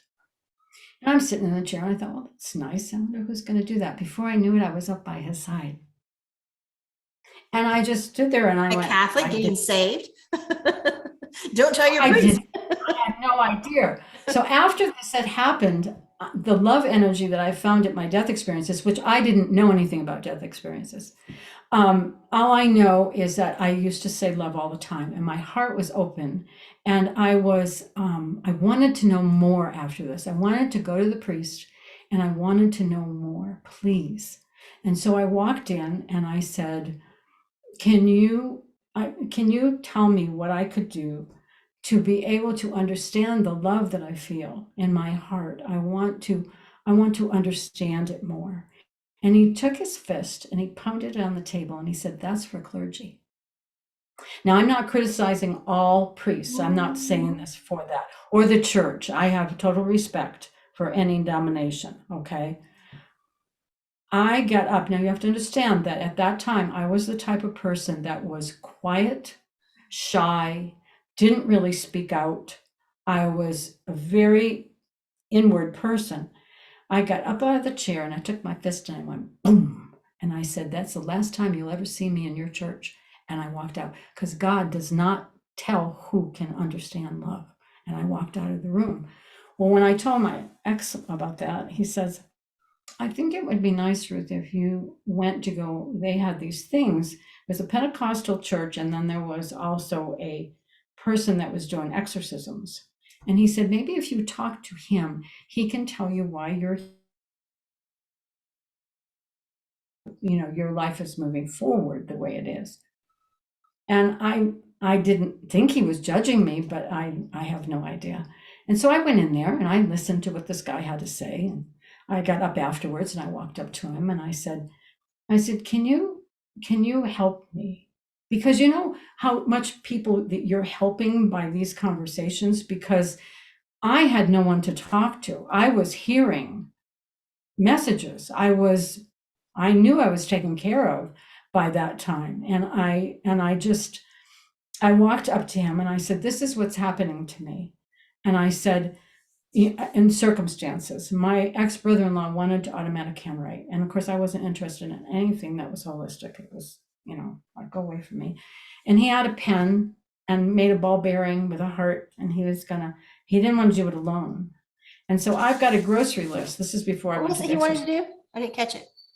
This was my ex-brother-in-law. Yeah. Okay. You said he wanted, I didn't catch the He word. wanted to learn how to handwrite. And this is what led me to Handwrite. go into Like this automatic place. handwriting. Yeah. Okay. So he got a pencil and he's gonna, we're both gonna sit there quiet. And of course the kids are running around the house. And he says, I want a message. Could you just help me? And I said, I don't want to do that. And he said, just, come on, let me do this. I said, I read the whole book. And he said, I'm not going to go off crazy or anything. He said, I just, just a drawing that I have. So he picked up the pen and he sat there and I'm writing out a grocery list. And all of a sudden on my paper, it goes, hi. And I went, Peter, this is not funny. And he looked at me and he said, why? And I pointed to the paper and he said, oh, great. I spent 3 weeks making this little device and reading this book. And I sit here with you and in 2 minutes you write hi. So get a message. Well, the message was more a Bible oriented message. And just then someone knocked on the door and it was our insurance guy collecting his insurance payment. And he walks in and Pete says, oh, tell him about it. Here, Ruth wrote this. Can you tell us where that is in the Bible? And he starts quoting all this stuff. And I'm sitting there going, well, I didn't want any of this. I didn't even want this to happen. Do you understand? I mean, this wasn't something Ruth, and I wanted to forget it. So then I went to the exorcism guy because my husband really encouraged me to go. And I walked up to him and I said, this is what's happening to me. I can hear, I can sense, I can hear. I have no one to talk to about it and I don't know what to do. And he said, all right. He said, Ruth, this isn't what I do. But he said, go home and have them write a prayer and bring that prayer back to me. So I did. I went back in a week, handed him the thing. And he said, the tears just filled his eyes and he hugged me and he said, Ruth, I can't help you because I get rid of things, but I don't have people bring them. And so he says, go to this church and see if this fits for you. But I never found a place to go. I just, it was not, back then, things that I was hearing or things were so unusual, and now they're not. So Yeah. what you're saying, all the religions are going to come together, and love is what guides them. Yeah. Not doctor. You know, he is doctor now. Neil Helm. He was nominated for Global Peace Prize or something because of these Uh-huh. maps he made. He's had an NDE when he was young. I don't know if you heard Neil Helm. And he was doing a research for his on NDEs for his PhD dissertation, and I was one of his subjects. And when he Hmm. gave his talk later, when he was finished with it at Ions Group, I think it's Virginia Beach, we had code names. I had to give him a code name, so I named myself Cat. And he says, "Now, Cat." I was like, "Oh, he's talking about me. What's he gonna say?" You know. And he says, "She has more, what do you call it? Psychic experience." He says, "and all of it's all put together." I'm like, "Me?" And then he went Hmm. through some of the things, and I never looked at myself that way. You know, Right. I'm not psychic. I'm not a medium. I don't like see No, channel. I don't no. do. I'm just me. You know. And he says she's got more psychic spirit that or abilities than all of us. I'm like, I don't think so.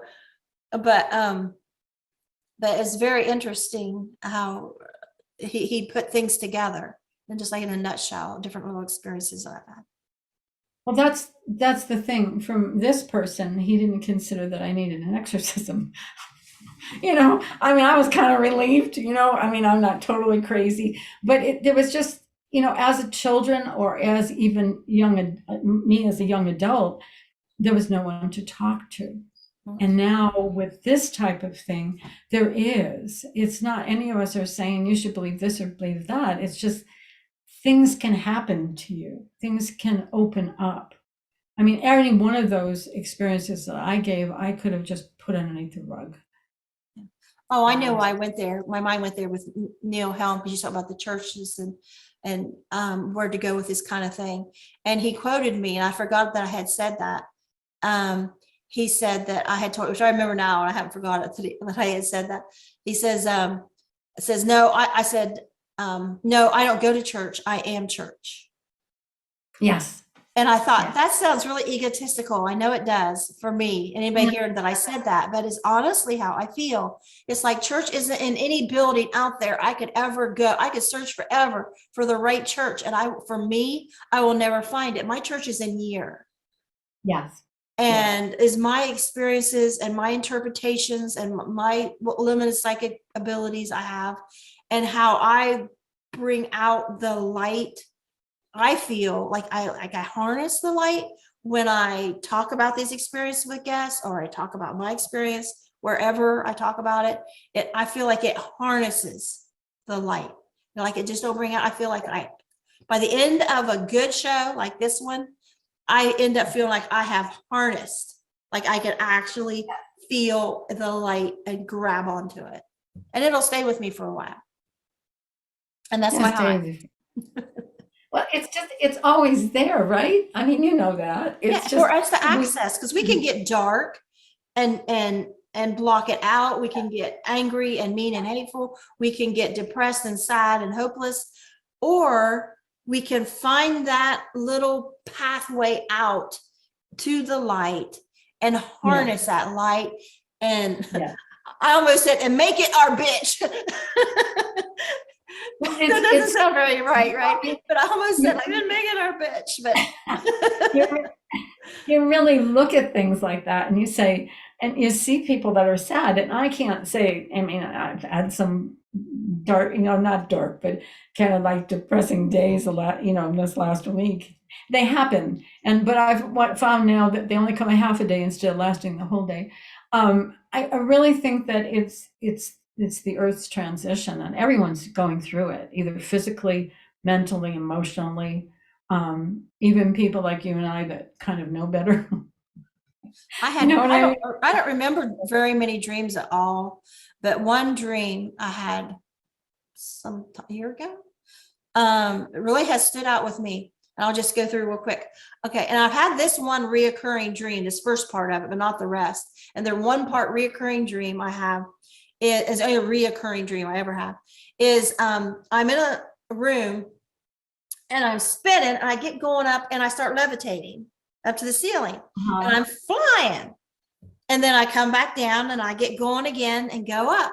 And then later on in the dreams, it would be other people are watching me do it. And then I'm teaching people how to do it, kind of like Peter Pan. Is it Peter Pan? I think the movie they learn how to fly. And it's kind of like that. And so I'm showing people how to do it. Well, this last dream, I haven't had this recurring dream since, but I'm doing that. And we're doing it on first we're doing it inside of a room, and then we go outside on a street and we're doing it. And this army comes through, like a parade of this army. And people are saying, don't do it. We're not allowed to do it. We're not allowed to do it. And they grab us and they put us in like a concentration camp. And now it's like, we've been there and we're like starving, or like we've been mistreated, and we're all scared and afraid. And then all of a sudden I say, guess what? And I don't remember my exact words, but I start doing it again. And everybody starts doing it. And we all come to realization that the world is about to end, but we are going to be just fine because it's all in here. Like, no matter what they do, they're going to come kill us or whatever. We're going to be in heaven. We're still going to be in this wonderful state. We can be in that wonderful state here, or we can be in there, or we can wait till we go there, but we can do it here. And so they're all coming and they're getting ready to kill us. And then these bombs come and they're killing the bad guys, you know, but we're like, no matter live or die, we're okay because we can harness the light. I didn't use that word, harness the light. You know, I'm saying it now because that's what, you know, I'm talking about. And so sometimes when I'm doing this, I'm like, in these podcasts, I'm thinking, Peggy, now I'm going to talk to myself, Peggy, like you do, Ruth. You start doing that, you let me know. I want to see the video. That's what we're doing here. We're not physically bodies levitating, but spiritually we can levitate and fly. We can like let go and get in that light, in that realm where nothing can hurt us. Right. So that's my thing. You know, it's funny when you say this because I live in northern New Mexico, like I said, and I live up against the mountains, and we've had a terrible, terrible drought. And right now we have an extremely bad fire. It has gone through so many acres of land up above us. And it's not right directly in back of us, but it's aiming this way. And I just, when I went to sleep, I said, I'm just going to ask you guys, please, could you do something, you know? And we have an extremely, like today, I have a sweater over me and a blanket on my lap because I turned off the heat in this room because it makes noise, but it's cold. And I said, we don't have cold at this time, maybe a night, but not during the day. And it's cloudy today. And we've had 3 days like You're in New this. Mexico? Yeah. And I keep on asking, is the cool weather something to do with the fires? I haven't gotten a real answer yet, but it's because I know that everybody around here is praying or asking or, doing whatever they can do to help this. If blocking out the sun? Well, I'm out the sun like a cloud. Yeah, I'm wondering why, because I've asked for rain, and we got yesterday morning there was small little snowflakes falling out of the sky, and I said, "Look at that! It got answered," and then it stopped. But today it was supposed to be sunny, and it's cloudy. And I'm going, okay, is it cooling the ground? Is it helping the firefighters because it's cooler? I don't know, but it's just spreading. And they closed down one of the small ski resorts on the south side. When you go down to Taos and you go up where the town is down below us, it's about an hour away on that side. And they closed off, they evacuated people, and they got everybody making snow, getting their machines ready in case the fire hit that area. And it's all the way down to Santa Fe. I was talking to my friend down at Santa Fe, and she said, Ruth, if I look out the upstairs windows, I can see the one that's south of us, the one that's west of us, and I can see this one, and I can see it coming toward you, because she can go right around the circle and are upstairs. And she said, they're all bellowing. They're all, the smoke is still going. And my son and my daughter-in-law are down there, and he's a park ranger. And I sent her a message and just said, what's happening? And she said, this, because the smoke gets so bad up here that you really don't want to go out. You want to keep all your windows closed. And because the wind has been blowing, we've had very high winds. And I guess what I'm saying to you is I look at all the people that have to fled from their homes, that have lost their homes up here. And we have never had a fire like this. And I look at what's happening, and I don't know how it is today, but the winds are not as high. We don't have winds around here like this. And so it's just an interesting thing to me, because we had a fire in our house one time, and so it makes me a little nervous. Because this could, if it got back to us, it could come right down the mountains. So there's somebody And, that'll let you know if it's coming your way, you guys need to evacuate. they've got alerts going off, and they've got everything. We lose everything. But You guys got all your important papers together, and like if you had to go. I don't really think that it would take a lot for it to come through the mountain ranges here, because there's not a lot behind us. That wind though, that can do a lot.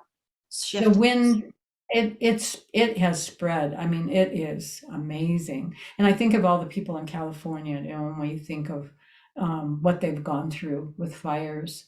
And there has been fires here, and we are dry. I'm not saying that we haven't had a dry season, but it's not what I expected, to happen like this. So it's,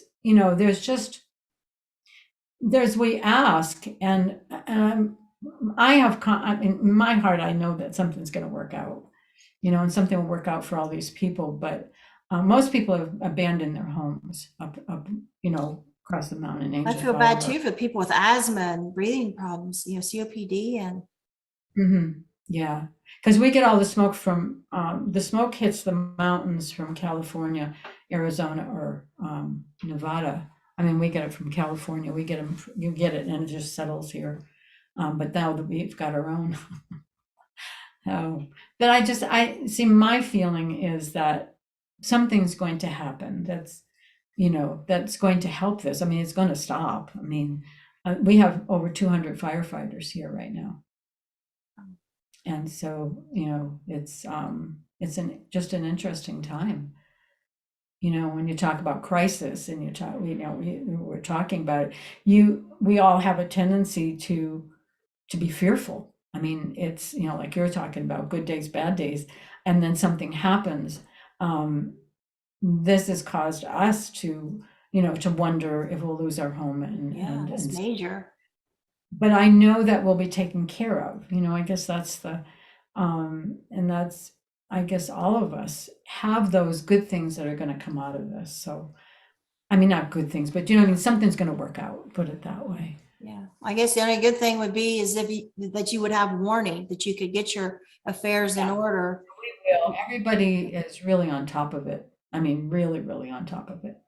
So it's, we have not had any notices or anything. It hasn't come close enough near us to bother us. But, my heart goes out to all the people that it has, and into the world with crisis. We talk about crisis and what we can do with it. But it's just an interesting thing. And about where you put your attention too, So I see it stopping somehow. That's why we quit watching the news, because that's just, yeah, you can survive with all that negativity. It is. I don't watch it either. Every once in a while I'll turn on something, I'll say, nope, that's the end. Because there's nothing we can do to change anything, because it seems to me like our government's not doing anything to change it. So I don't think I can do anything. Just be aware what's going on and then leave it. So. Yeah, I think that enough of us can get together that we will pull through this one. This whole thing with the earth right now. That's what I was shown anyway. I can't tell you why I was shown that. I mean, I've just never known of anything to be on such a global scale. It's either that country's still dealing with this and that country, or maybe there's war between 2 or 3 countries, but not the whole globe is dealing with this crap. just Yeah. seems so intentional. So there's more of us than there is of them. And I think it's going to get to that point where we realize that there's more of us than there is I of think them. it's good, and I think more people are waking up.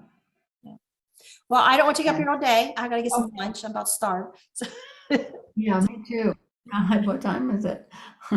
No one's going to watch this video because it's going to be so long. I don't care if they watch it or not. Do you? We had a good time. There are people that do that will tell me, well, I used to have the comments open. I don't anymore, but when I had comments open, they'd say they watch clear to the end. Some do. So, Yeah. and I'm putting these on like iHeartRadio and Spotify and stuff like that. So people will be driving, flip around. Maybe they'll listen to it on the radio on a long trip or something. So, All right. And you'll let me know where it is being put on? it'll what be do on you do? YouTube. But the moment my videos get published, first thing I do is send it to my guest. So they got it right out the gate. All So right. it should be Okay. tonight.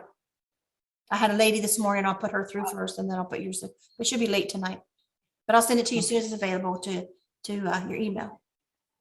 And did you have links of website or you want your email? Is there anything you want me to put in the description? You just send it to me? Yes, we can do that. We can do that. Yeah, Okay. because we do have a website. Yeah. Okay. Yes. All right. That Then. would be one. All right. Oh, anyway. All right. Well, thank you. And hopefully we talk again. Sure. Thank you. All right. Bye. Thank you.